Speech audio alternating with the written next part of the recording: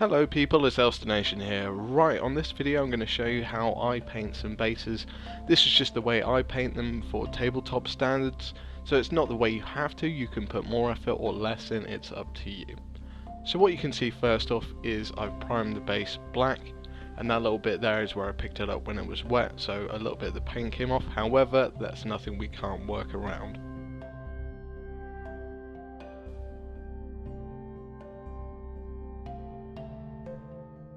So I'm going to start off by using Citadel's Eshin Grey, and we're going to get a large dry brush, and we're just going to dry brush this on all over the base.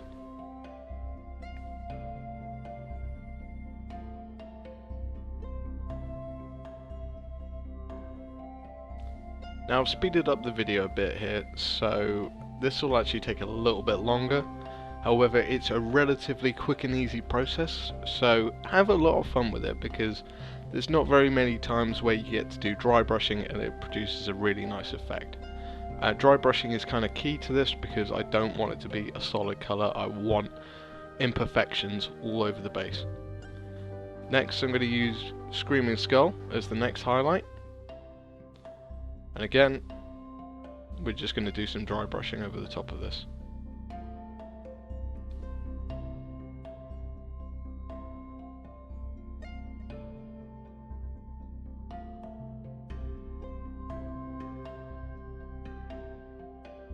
Now, to be honest with you, you could get away with just these two colours. It's up to you how much you want to highlight this up. The more you do, the lighter the effect will be. But you could actually just use these two colours and that would be absolutely fine for a tabletop standard.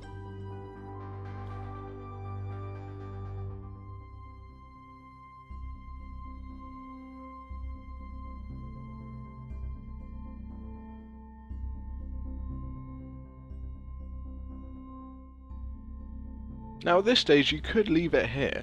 This is quite a good tabletop standard. It's got a nice amount of detail on it. You could quite easily put this into your dungeon crawler campaigns or so forth. But I'm going to take it to the next step.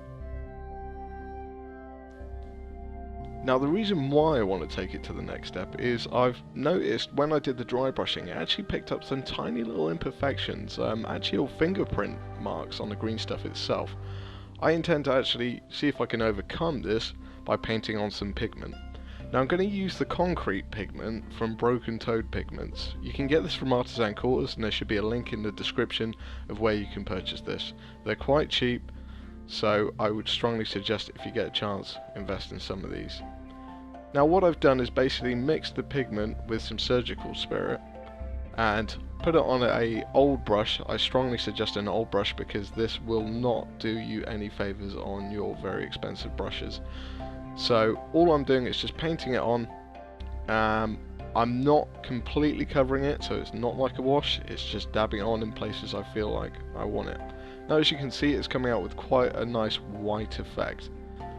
However, this isn't exactly what I wanted. So after I let it dry, I went back over with some surgical spirit to try and dilute it back.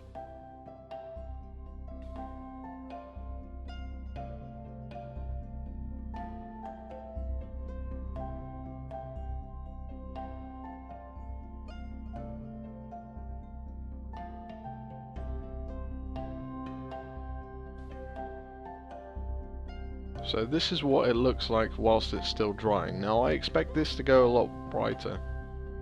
And as you can see here, it comes out with a bit of a snowy effect. Now I didn't want this either, so I decided to invest in my next technique, which is basically giving it a wash with Agrax Earthshade from the Citadel range.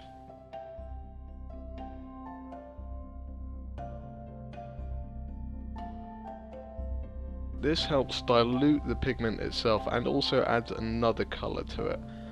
It's very rare that stone is actually just grey. A lot of the times you'll find there's many other colours involved in it. So I put this wash on it to try and get another effect.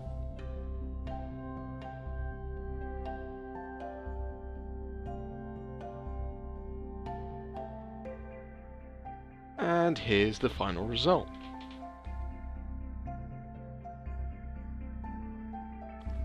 Now this actually gave me a nicer effect than I thought I was going to get. This actually blends it in quite nicely. You could use this in maybe steampunk games. It gives off a quite nice old paving effect. So it would be brilliant for dungeon crawler campaigns, but it'd also be quite good getting involved in your steampunk games as well.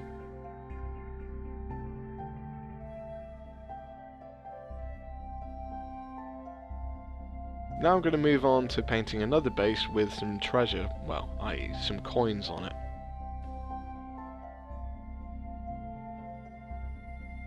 So we're going to start off using exactly the same technique as we did with the other one.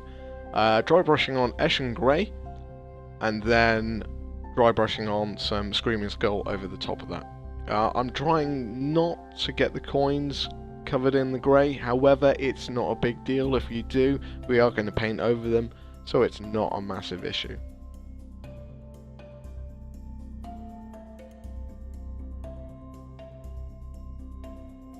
Now, it's one thing to point out, when you're painting bases, this doesn't take a huge amount of time.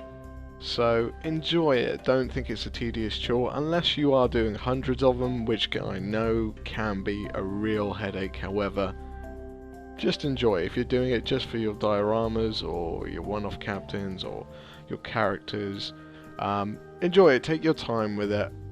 It's up to you what level you go to. Now with this one, you'll see I actually put on a little bit more because I wanted a slightly lighter base rather than the last one.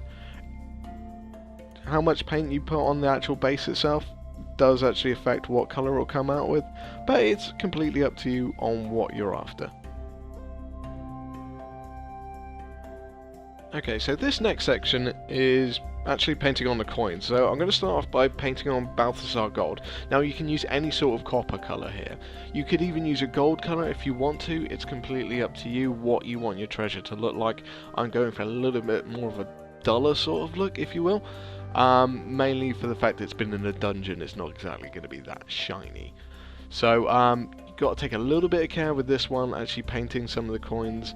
The main bulk of it you can pretty much just splash the paint on, but the little coins and other bits, be quite careful with it. You do want to not get gold on the actual stone itself.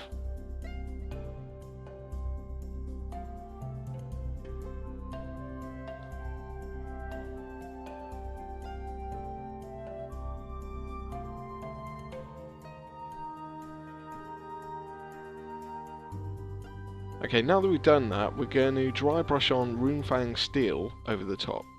A lot of people might think this is a bit odd, but it's the way I do it. Brushing on silver gives a nicer highlight than brushing on gold sometimes. However, if you want to do gold then silver, that's fine. If you just want to do gold, that's fine as well. It's completely up to you. All I'd say is give a little bit of a highlight there, otherwise it gets a bit strange. So the next bit, which I always tend to do, is putting on Agrax Earthshade as a wash over the coins. This helps bring the silver back down again and blends it a bit more with the actual gold itself. It'll also create some nice shadows in the actual coins, so yeah, enjoy this bit as well. Again, it's not a massive deal if you go onto the stone at this point. Try and be a bit careful though.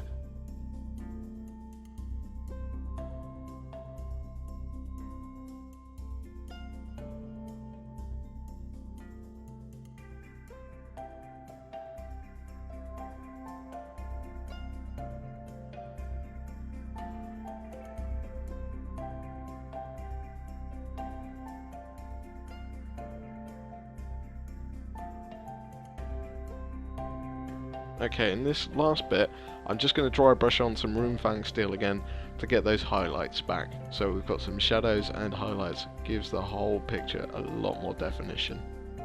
Makes it pop a little bit, if you will.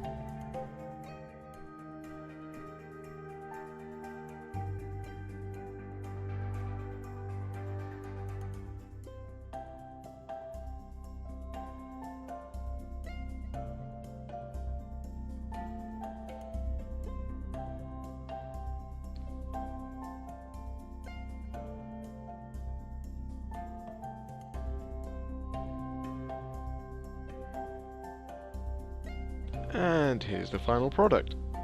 So it's been great fun painting these. There are going to be more tutorials. If you haven't already, go check out the Kickstarter that's running at the present moment. There'll be descriptions below. Thank you all for watching. Enjoy. Have fun painting. Catch you next time.